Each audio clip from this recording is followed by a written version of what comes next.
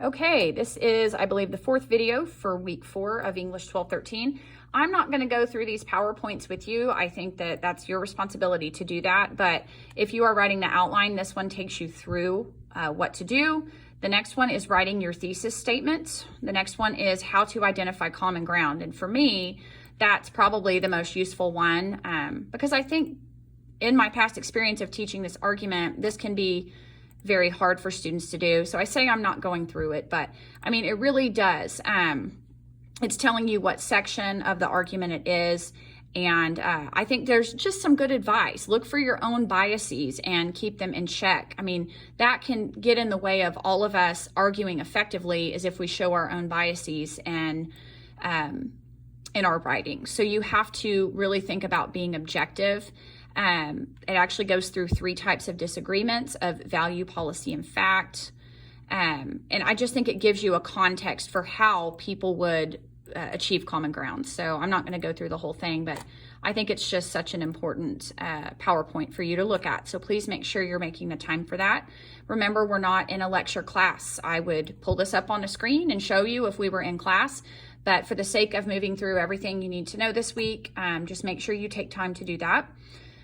So then we have, oh goodness, I stated this wrong. We do have the Rogerian argument essay outline with thesis. Okay, so in an earlier video, I said I'm not requiring the outline, and I guess it is on here. And I do apologize. This whole curriculum is new to us, and I looked at everything right before I started recording, and I didn't see a submission link.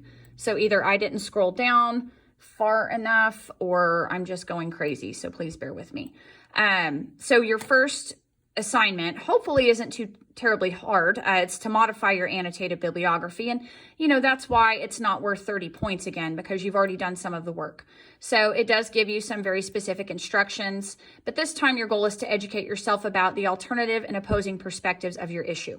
So if you are working with the same topic, you argued for a specific side on your classical argument. So this time you want to continue to learn more about the opposing viewpoint. Now, you should have learned about the opposing viewpoint because you had a counter evidence, counter argument section. So it is to maybe eliminate some sources that you don't really need on it anymore and add any new sources. So you will resubmit that revised. And then, and by the way, this is not to assume anyone's going to do this, but, you know, Turnitin will, are we doing this on Turnitin? Nope, never mind. It's not on Turnitin this time. Week 4 cooperative activity is next, and this is the one where you are going to look at directly below the assignment. You have 3 choices of articles.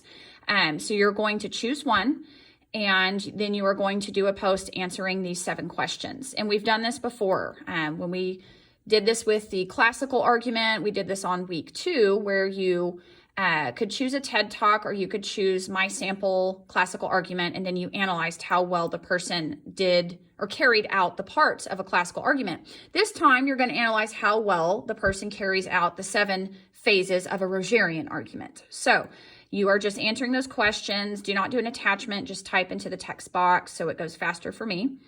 So that's there. And then here it is. I guess I just didn't scroll down fast enough. You are going to have that outline with thesis statement and proposed compromise solution due by Sunday. And that is where you will want to go back up and make sure you're using the annotated Rogerian argument outline. So this document has the actual steps you're completing. And then this PowerPoint right here will take you through doing that. It will walk you through it. So there are 3 assignments this week. So really, the annotated bibliography, I hope it goes fast for you. If you're just modifying, it should be quick. The second assignment, you know, honestly, I think if you need to really make sure you understand the parts of a Rogerian argument, and that's why you really can't skip over all these materials up here. So make sure you understand the parts of the Rogerian argument, and then when you get to analyzing one of these articles, then it should be pretty easy for you to tell if they have completed those 7 steps correctly. So we're just analyzing the work of other people. And then the outline, obviously. The outline, I think most of you saw, if you did the classical argument outline, your classical argument draft was super easy, right? So as I've pointed out in a previous video, half of your draft is already due on Tuesday of the following week, week 5. So that's why we want your outline done at the end of this week, because then it's going to make your draft so much easier. And then that will take us into week 5, where we submit our draft into chunks and then the final copy. And then on week 6, we will move into the Toolman argument, which is our last major essay. And that will be a little bit of an adventure. It's a new one for me.